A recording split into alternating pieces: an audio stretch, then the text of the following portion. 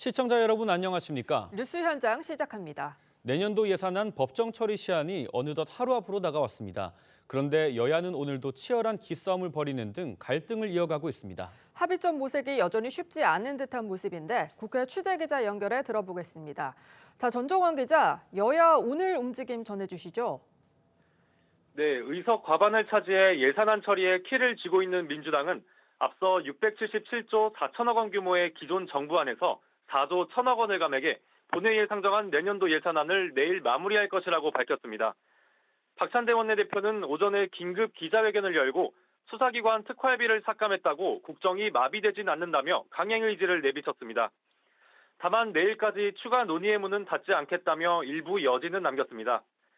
반면 국민의힘은 이재명 대표 방탄을 위해 민생 예산마저 포기했다며 민주당을 비판했습니다. 국민의힘 박준태 원내대변인은 헌정사상 초유로 여야 합의 없이 민주당이 일방적으로 처리하려 한다. 그 과정에서 민생도 포기했다.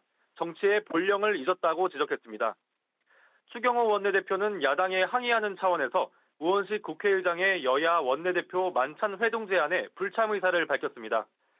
다만 내일 본회의까지 24시간가량이 남아있는 만큼 여야 지도부가 막판 정치력을 발휘해 여야 합의로 내년도 예산안을 처리할 가능성도 전면 배제하긴 어렵다는 관측도 있습니다. 지금까지 정치부에서 전해드렸습니다. 민주당이 감액된 예산안만 단독 처리하면서 정치권 후폭풍이 거세지고 있습니다. 대통령실과 여당은 예산 행패라고 반발했습니다. 다만 민주당은 자신들이 요구했던 예산까지 포기하면서 던진 벼랑 끝 전술에 내부적으로는 대응 전략을 고심하고 있는데요. 장윤정 기자가 보도합니다. 정부 원안에서 4조 1천억 원을 삭감한 내년도 예산안을 민주당이 단독 처리한 데 대해 국민의힘 한동훈 대표는 전 국민을 상대로 한 민주당의 예산 행패라고 비판했습니다. 전공의 예산과 호남 고속도로 건설 예산 삭감을 언급하며 국정마비를 위해서라면 호남도 버리겠다는 것이라고 꼬집었습니다. 민생, 미래와 약자 보호에 필수적인 예산을 거침없이 깎아낸 것인데 진정 이재명 대표의 사법 리스크와 관련이 없다고 단언할 수 있습니까? 대통령실 관계자도 입법 폭주에 이은 예산 폭주로 민생을 외면한 다수의 횡포라며 피해는 고스란히 국민에게 돌아온다고 했습니다. 민주당은 이재명 대표 공약인 지역사랑 상품권과 고교 무상교육 예산 증액이 이뤄지면 2조가량 삭감된 예비비 일부를 복원할 수 있다는 입장입니다. 하지만 국민의힘은 전액 삭감된 수사기관 특활비와 특경비를 전면 재검토해야 한다는 입장이어서 접점을 찾기가 쉽지 않을 전망입니다. 삭감된 예산 복원을 위해선 여야 지도부 간 협상이 유일한 돌파구지만 야당의 예산 단독 처리로 양측의 신뢰가 깨진 상황이라 당분간은 물밑 협상조차 기대하기 어려운 분위기입니다. TV조선 장윤정입니다. 민주당은 수사기관의 특활비와 특경비뿐 아니라 재해 지원 등에 쓰이는 예비비도 2조 넘게 삭감했습니다. 수입과 지출 불균형으로 나라 살림 운영에 심각한 차질을 빚을 수 있다는 우려가 나오고 있습니다. 차정승 기자입니다. 법무부는 전국 검찰청 형사부 검사의 수사활동 지원을 위해 예산 879억 원을 편성했지만 400억 넘게 깎였습니다. 마약 수사에 쓸 특활비와 특정 업무 경비 21억가량도 전액 삭감됐습니다. 법무부 관계자는 수사 차질뿐만 아니라 일하는 동력까지 꺼뜨리는 일이라고 비판했습니다. 전공의 지원 예산, 우크라이나 아동병원 트라우마 센터 지원, 원자로 수출 기반 구축 등 정치와 거리가 먼 예산도 상당 부분 삭감됐습니다. 불가피하게 예산을 전용하거나 예산을 다시 추경을 반영해야 하는 등 심각한 결과를 낳을 수 있다 이렇게 봅니다. 야당은 재난 재해 등에 대비하기 위해 편성한 예비비도 절반인 2조 4천억을 삭감했습니다. 기재부 관계자는 폭설 이재민 지원에 1에서 2주면 됐는데 예비비가 부족해 추경을 한다면 2달은 걸릴 거라고 우려했습니다. 국가의 본질적 기능이 마비될 가능성이 큽니다. 지금 예비비를 대폭 삭감했기 때문에 재해, 재난 등 즉시 대응이 어려워집니다. 그동안 재정 확대를 주장해왔던 민주당이 오히려 정부 지출을 대폭 삭감한 것도 앞뒤가 맞지 않다는 지적입니다. 지역구 의원들도 소갈이를 하고 있습니다. 익명을 요구한 민주당 의원들은 지역 현안 관련 예산 확보를 원하는 의원들이 많다면서도 지금 지역구 예산을 얘기했다가는 돌을 맞을 분위기라고 전했습니다. TV조선 차정승입니다. 리포트에서 보신 정치권 쟁점들 짚어보겠습니다. 윤기찬 국민의힘 법률위 부위원장, 김종욱 전 민주연구원 부원장 나오셨습니다. 안녕하십니까? 안녕하세요. 안녕하십니까? 네, 주제 먼저 보겠습니다. 네, 민주당이 내년도 정부 예산안에서 이 감액만 반영된 예산안을 헌정사상 처음으로 국회 예결위에서 야당 단독으로 처리를 하면서 후폭풍이 커지고 있습니다. 그 와중에 이 박찬대 원내대표는 내일 본회의에 감액 예산안을 상정하겠다 이런 입장을 밝혔습니다. 들어보시죠. 여당과의 합의가 불발되고 기재부가 증액에 동의하지 않아 부득이하게 법정 시한인 내일 본회의에 감액 예산안을 상정하기로 하였습니다. 대통령실 특갈비를 삭감했다고 해서 국정이 마비되지도 않고 검찰 특갈비를 삭감했다고 해도 국민이 피해를 입지 않습니다. 민주당이 예비비와 특할비를 삭감한 것은 잘못된 나라 살림을 정상화하기 위한 특단의 조치라는 점을 강조드립니다. 네, 오늘 민주당에서는요, 특활비로 상품권 사고, 회식하고 쌈짓돈처럼 썼다라면서 이 오용된 예산은 삭감이 원칙이라고 밝혔습니다. 이 정당성을 주장을 했는데 어떻게 들으셨습니까? 특활비와 특경비, 특정 업무 경비를 합하면 한 1,000억 정도 돼요. 그러니까 4조 1,000억을 삭감을 했는데 그중에 1,000억이 삭감한 거죠. 네. 그렇다면 명분으로 내세운 저 부분은 극히 일부분인 것이고 특히 특활비 특정경비 이 부분은 수사와 관련된 거기 때문에 검찰이나 경찰, 감사원, 그러니까 수사기관과 감사기관의 업무 수행과 관련이 된 것이죠. 예. 저것은 약간 보복성이라는 생각이 들고 실제 문재인 정부 시절에는 대통령 특활비 등 특활비가 600억 원이 늘어난 경우도 있고요. 그다음에 현재 대통령실 특활비 같은 경우에는 약 120억 원에서 80억 원으로 34% 줄여서 편성한 거거든요. 네. 그러니까 지금 민주당이 저렇게 얘기하는 근거 자체가 좀 부실하고 또 하나는 지금 예결특위에서 일방적으로 감액한 예산안으로 통과시켰잖아요. 예. 근데 상임위에서 예비심사 단계에서 이미 여야 간 합의를 통해서 증액하기로 한 부분도 그냥 무시했단 말이죠. 네. 예를 들면 호남 고속철도 같은 경우 277억을 증액하기로 여야가 합의를 했어요. 그런데 그걸 다시 무력화시키고 예결특위에서 그냥 감액하고 넘어갔단 말이죠. 네. 이것은 지금 오늘 이재명 대표께서 이철우 지사에게 한 얘기가 있습니다. 뭐 여러 가지 감안해가지고 늘릴 수도 있다. 이 부분은 뭐냐면 지역의 의원들에 불구하고 이재명 대표가 예산과 관련된 것을 어떻게 보면 해계문을 쥐겠다라는 생각이 들어있다고 저는 개인적으로 생각합니다. 네, 이게 네. 말씀하시죠. 그러니까 지역구에서 예비 심사 단계에서 보통은 이제 여러 가지 예산이 넣어요. 이게 뭐 안 좋은 영향도 있을 수 있으나마는 그렇게 많이 하죠. 지역을 잘 아니까. 근데 그걸 또 다 인정하지 않고 이재명 대표가 언급하는 부분, 인정하는 부분만 뭐 증액하겠다 이런 식의 또 당내 기강잡기용으로도 쓸 여지가 없잖아 있다. 전 그렇게 생각합니다. 관련해서 조금 전에 들어온 소식인데 추경호 국민의힘 원내대표가 민주당에서 감액 예산안을 철회하지 않으면 추가 협상은 없다. 예산안의 날치기를 사과하고 즉각 철회를 해야 한다. 이런 입장을 밝혔습니다. 이 민주당에서는 내일 본회의에 감액 예산안을 상정하겠다는 입장을 밝혔지만 그럼에도 불구하고 이재명 대표와 박찬대 원내대표는 협상은 가능하다는 여지를 내놨거든요. 그런데 추경호 원내대표가 상당히 강공으로 나오는 모습인데 여야가 합의점을 찾을 가능성이 좀 있을까요? 뭐 제가 볼 때는 쉽지 않을 거라 생각이 들어요. 지금 상황을 보면 저는 기본적으로 적어도 야당 같은 경우는 정부 예산안에 대해서 감액밖에 할 수 없습니다. 증액을 하려면 정부가 거기에 동의를 해줘야 되는 상황인데 정부는 지금까지 한 번도 야당이 제기하고 있는 예산안 내용에 대해서 증액에 대해서 동의해 준 바가 하나도 없습니다. 그러니까 자기들이 아는 그대로 통과시키겠다고 얘기를 하는 상황이죠.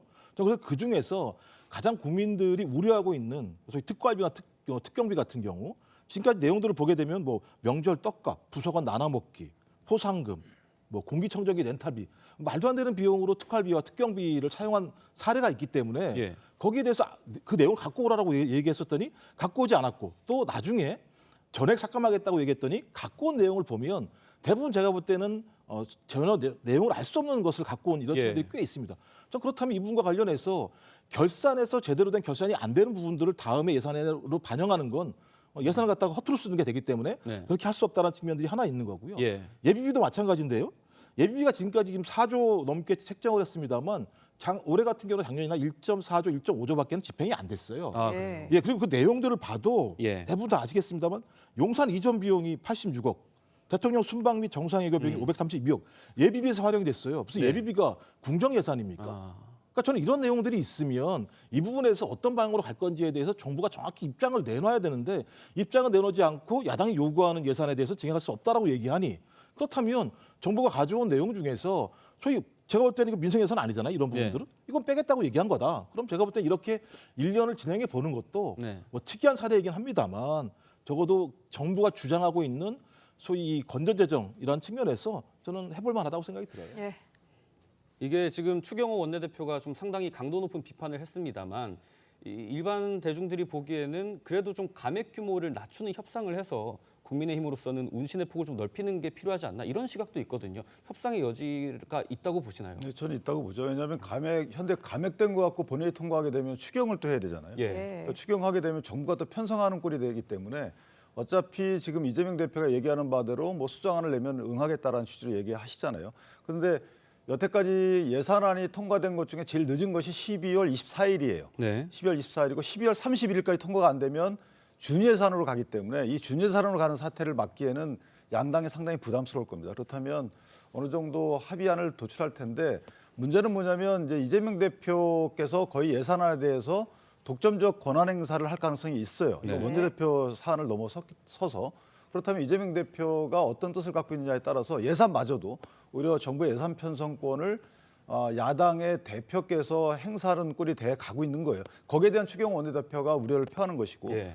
예비비 말씀 주셨는데 예비비 같은 경우에는 실제 그 명목 자체가 이 포괄적이잖아요. 언제 쓰는지는 국민의 심의를 통해서 다 결정되는 거기 때문에 그렇죠. 이 부분이 이제 기상이변 등의 이런 예비비 수요가 사실 늘어가고 있는 건 맞아요. 네. 그리고 다 나중에 국회 동의를 사후 승인을 얻는 거기 때문에 그런 부분이 하나 있는 것이고 또 하나는 그 기재부가 동의를 하지 않았다고 하는데 그 부분은 본회의에서도 언제든지 해가는 과정이 여태까지 그렇게 해왔어요. 예. 그러니까 원안이 올라갔지 만약에 합의가 안 된다 하더라도 예결특위에서 감액안이 올라간 적은 그래서 없는 거거든요. 네네. 그래서 문제가 있다는 거죠. 네, 이에 대해 국민의힘에서는 이재명 대표 분풀이용 예상 삭감이라고 직격을 했는데요. 국민의힘과 경제부총리 입장부터 들어보겠습니다. 부끄럽지 않습니까? 이재명 당대표 분풀이를 위해서 일방적인 특정 업무 경비 삭감, 특활비 삭감 들으세요. 예. 이렇게 하면 뭐 속이 시원하십니까? 이재명 대표님 분풀이 다 하셨습니까? 피해는 결국 우리 국민들에게 귀결될 것 같습니다.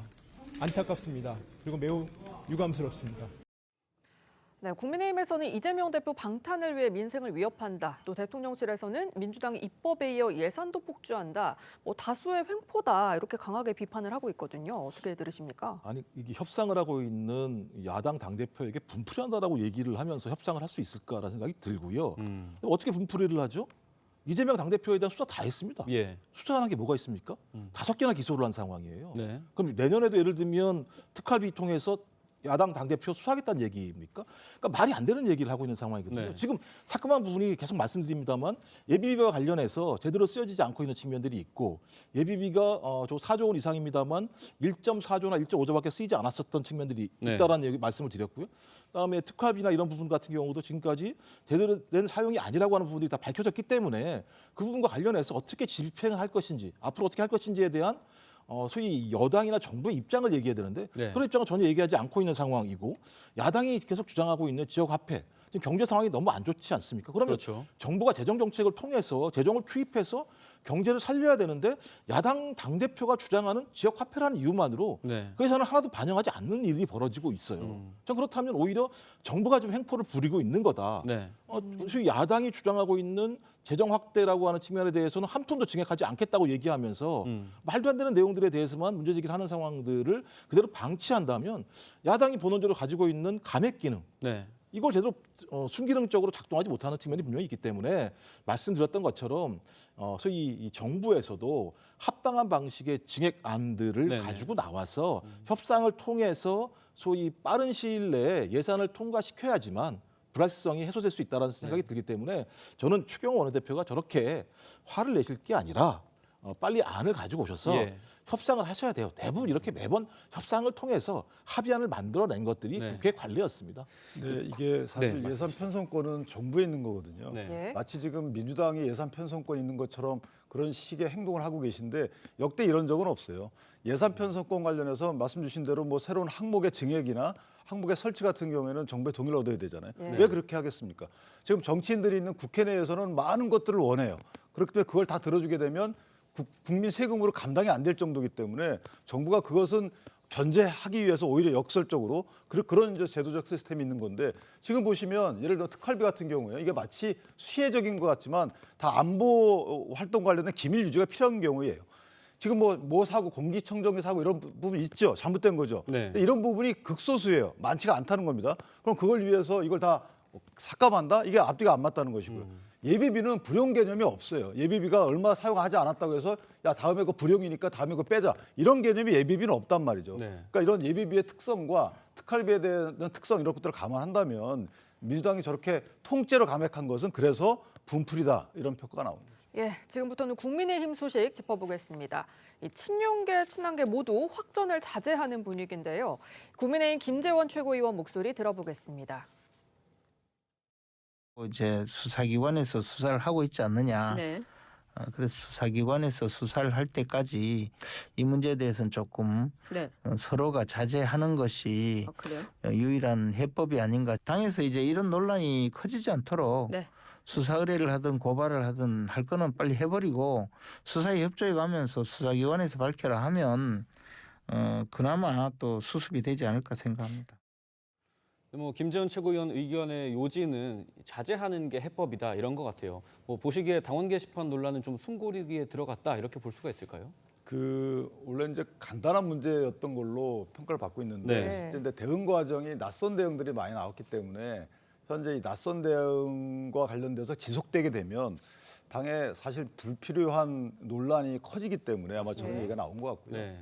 이미 이제 당의 법률위원회에서도 그 특정 유튜버를 상대로 해서 고소고발이 있고 그 고소고발 내용을 본다면 예를 들면 이건 한동훈 대표가 쓴 글이 아님에도 불구하고 마치 쓴 것처럼 네. 그렇게 오인되게끔 얘기를 했다라는 부분이 있고 그다음에 글에 그 쓴 빈도를 비춰보면 이게 여론 조작을 할 수 없음에도 불구하고 그 정도 표현을 썼다는 것은 허위사실이다 이런 취지로 이제 고발을 했단 말이죠. 네. 그리고 시민단체에서도 익명의 그 한동훈 대표 가족분들을 대상으로 해서 고소고발이 있어요. 예. 그렇기 때문에 양측 고소고발에 대해서 수사기관의 어떤 사실관계 확정이 나오게 되면 그러면 이제 이거에 대한 공방이 결론이 나는 거기 때문에 네. 그런 사실관계 확인 절차 없이 확인 안 해주고 있으니까 네. 확인 절차 없이 양측에서 서로 정치 공방만 하는 것은 당에 상당한 타격이 있다. 아마 이런 염려에서 나온 발언 같습니다. 네, 국민의힘은 지금 게시판 의혹 처음 제기한 유튜버를 고발하기로 했고요. 또 오늘은 당원 게시판 의혹 보도한 특정 기사에 대해서도 법적 조치하겠다라고 했거든요.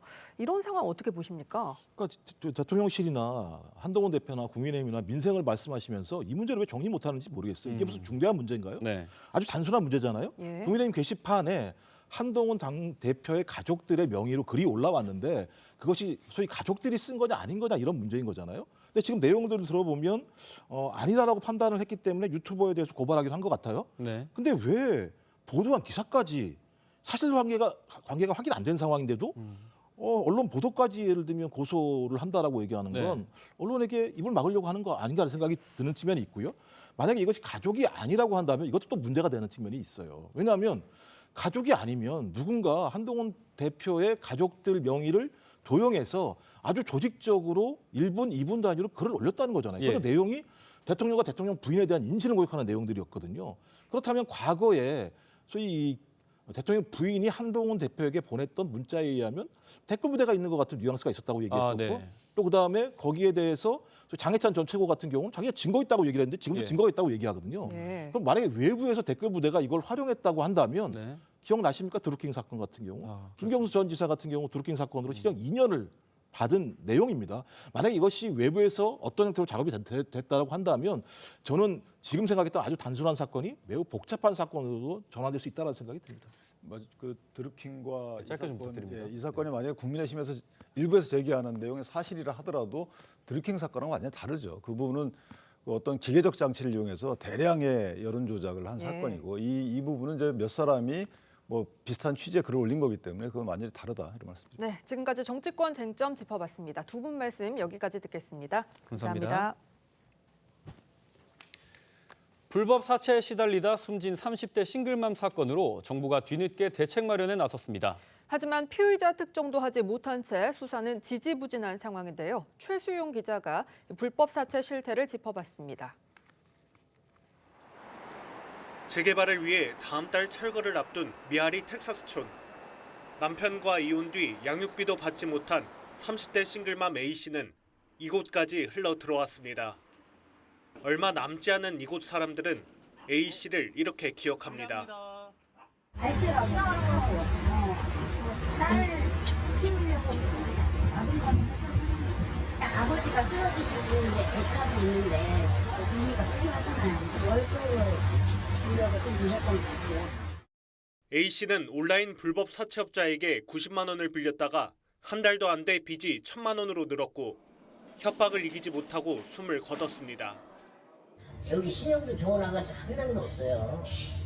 은행 같은 데는 어림도 없어요. 쓸 수 있는 데는 사치밖에 없어요. A씨가 떠난 이곳 골목 곳곳엔 뒤늦게 불법 사금융을 신고하란 포스터가 붙어 있습니다. A씨 생전엔 지인의 신고에도 꿈쩍 않던 경찰은 사망 한 달이 지난 뒤에야 수사에 착수했습니다.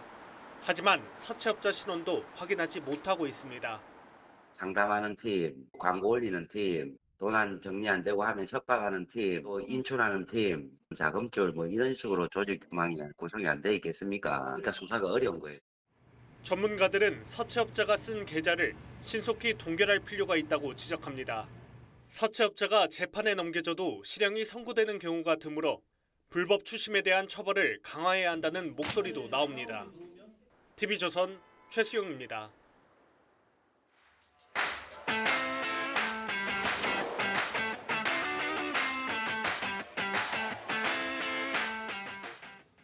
네, 리포트에서 보신 것처럼 불법 사채가 확산하면서 이 수사기관도 피해자를 구제하고 범죄 수익을 환수하기 위한 방안 마련에 노력을 기울이고 있습니다. 1,500명 넘는 피해자에게 일일이 연락해 불법 사채업자에게 돌아갈 뻔한 22억 원을 막아내기도 했는데요. 서울 서부지검에서 범죄 수익 환수팀장을 맡고 있는 김지영 부장검사 모시고 이야기 나눠보겠습니다. 안녕하십니까? 안녕하십니까? 초대해 주셔서 감사합니다. 네, 이 불법 추심에 시달리다가 숨진 30대 싱글맘 사건이 상당히 화제였습니다. 불법 사채가 좀 얼마나 심각한 상황인지 일선에 계시니까 좀 알려주세요.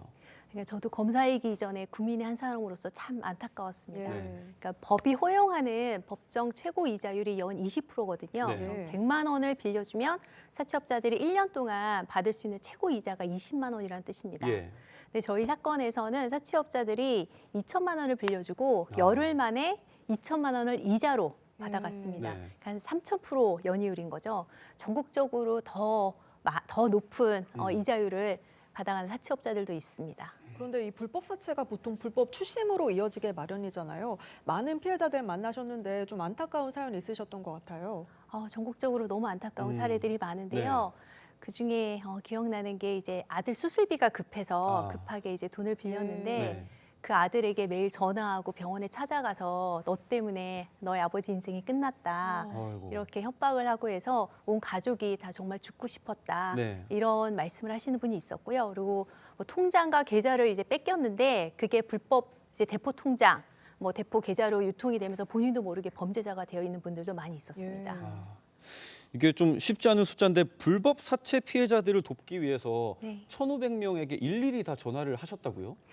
이게 사건이 저희 사채업자들에 대한 수사를 하는 과정에서 그러니까 주거지 사무실에서 현금 등 22억 정도를 저희가 압수를 했어요. 근데 이거를 사채업자들에게 돌려줘야 되는 상황이 생긴 거예요. 좀 구체적으로 설명을 드리면 한 2년간 피해자 2,200명에게 한 1,000억 원 정도를 빌려주면서 불법 수익 160억 정도를 취득한 사채업자들이 있었는데 검찰이 이제 이 사람들을 기소하면서 저희가 압수한 22억 원에 대해서 몰수 추징 선고를 해달라고 법원에 청구를 했습니다. 근데 이제 좀 법리적인 이유로 법원에서 이를 기각을 했고 이제 이대로 판결이 확정이 되면 피고인들이 형을 살고 나와서 사채업자들이 그 돈을 다시 가져갈 수 있는 거예요. 그러니까 네. 너무 화가 나잖아요. 그죠. 네. 그래서 이제 좀 고민을 해본 결과 이제 법정 이자를 초과하는 이자 계약은 무효입니다. 네. 그래서 피해자들이 사채업자를 상대로 부당이득 반환 소송을 할 수 있거든요. 네. 그 과정에서 이제 22억 원에 대해서도 보존 조치를 할 수 있고, 근데 이제 검찰이 민사소송을 직접 할 수 없다 보니까 저희가 법률구조동단 서부지부에 이제 전화를 드려서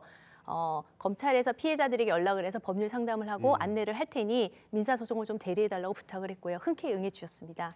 근데 이제 한 분 한 분 연락을 하다 보니까 이제 피해 금액과 상관없이 다들 너무 고통스러워하고 그죠. 계셨고요. 저희가 이제 전담팀을 꾸려서 한 달 동안 집중적으로 1,500명 분들에게 다 일일이 연락을 하게 된 겁니다. 근데 네. 저도 종종 이런 전화 받는데요. 아, 네. 서울 서부지검 검사입니다. 이렇게 말하면 사실 보이스피싱 의심하시는 네, 분들 그럴 수도 많으실 있을 것 것 같아요. 저희가 이제 전화를 받자마자 바로 네가 무슨 검사냐, 인생 그렇게 살지 마라, 막 네. 이러면서 욕설과 반말하시는 분들은 너무 많았고요. 네. 어느 날은 이제 경찰서에서 전화가 왔어요. 이제 어. 보이스피싱 신고가 접수됐다고, 네네. 여기가 뭐 하는 곳이냐고. 네. 그래서 이제 저희가 자초지종을 설명드리고 했더니 경찰분이 아유, 검찰청에서 정말 좋은 일 하신다고 화이팅 하면서 네네. 응원하시고 전화를 끊은 경우도 있었고, 사실 피해자 이게 지방에 사시는 분이었는데 저희가 유선으로 안내를 하고 사무실 한번 방문하시라고 했더니 내가 이렇게 서울에 가면은 무슨 바로 납치돼가지고 어디 장기 적출한 데 가는 거 아니냐 막 네네. 이렇게 말씀하신 네. 분도 있었는데 막상 저희 사무실에 오셔가지고 도움을 받으시고 너무 고맙다고 자기가 이제 파산하시고 해서 다시 살아갈 방법이 없었는데 이런 네. 도움을 받고 좀 인생의 희망을 가지시게 네. 됐다는 분이 있어서 이제 그런 분들 피해자분들을 만나면 저희가 좀 이거 진짜 끝까지 네. 저희가 할 수 있는 만큼 최선을 다해서 연락을 해야겠다 이런 생각을 하고 했습니다. 이게 앞서서도 말씀하셨지만 뭐 아들의 병원비를 위해서 불법 사채를 쓴 맞아요. 분도 계시고 과도한 이자에 시달리다가 어쩔 수 없이 뭐 사채를 쓴 분들도 계실 텐데 불법 추심에 시달리는 분들에게 좀 도움이 될 만한 말씀이 있을까요? 일단은 저희 피해자분들이 그런 말씀을 많이 하세요. 일단은 급한 불을 끄기 위해서 이제 돈을 빌렸는데 네. 그 급한 불이 작은 불이 더 큰 불이 돼가지고 인생의 화마로 자기한테 다가왔다고 인생을 시간을 되돌릴 수만 있다면 다른 선택을 했을 것이라고 네. 이렇게 네. 말씀들 하시는데 법정 이자를 초과하는 이자는 무효입니다. 네. 무효입니다. 그래서 부당이득 반환 소송을 할 수 있는데 사실 피해자분들이 직접 그 민사 소송을 하기가 쉽지가 쉽지 않잖아요. 않죠. 네. 그래서 저희 검찰에서도 좀 실질적인 도움이 될 수 있도록 피해자 환부 방안에 대해서 지금 제도적으로 고민하고 좀 입법적인 개선안들을 마련하려고 노력하고 있습니다. 네. 근데 이 불법 사채 문제 정말 심각하잖아요. 혹시 좀 근절할 만한 대책은 없을까요? 근절할 만한 대책이요. 일단은 말씀하신 것처럼 저희 검찰 통계를 봐도 한 10년간 그 불법 사금융 사건 접수 및 처리 현황을 보면 이제 숫자가 줄어들고 있지 않더라고요. 네. 그래서 이제 뭐 원인 파악과 대책 마련을 위해서 범정부 차원으로 노력하고 계신 것으로 알고 있고요. 네. 검찰에서도 이제 수사 및 재판 단계에서 피해자분들을 좀 도와드리기 위한 여러 가지 조치 사항들을 마련해서 이행하고 있습니다. 네, 말씀 여기까지 듣겠습니다. 지금까지 서울 서부지검 김지영 부장검사님과 함께했습니다. 감사합니다. 감사합니다.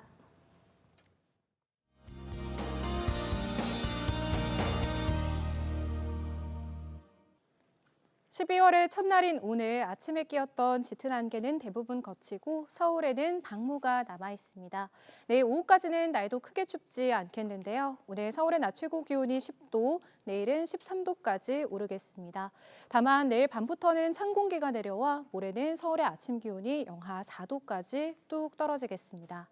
오늘 밤까지 수도권과 영서, 충남 서해안과 제주에는 5mm 미만의 비가 조금 내리겠습니다. 그 밖에 서쪽 지역에는 빗방울이 떨어지겠는데요.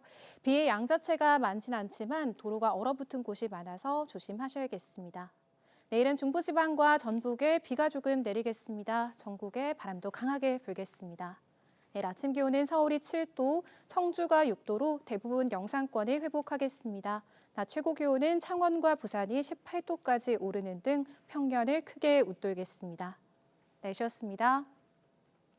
12월 1일 일요일 TV조선 뉴스 현장은 여기까지입니다. 저희는 다음 주 토요일에 돌아오겠습니다. 함께해 주신 여러분 고맙습니다.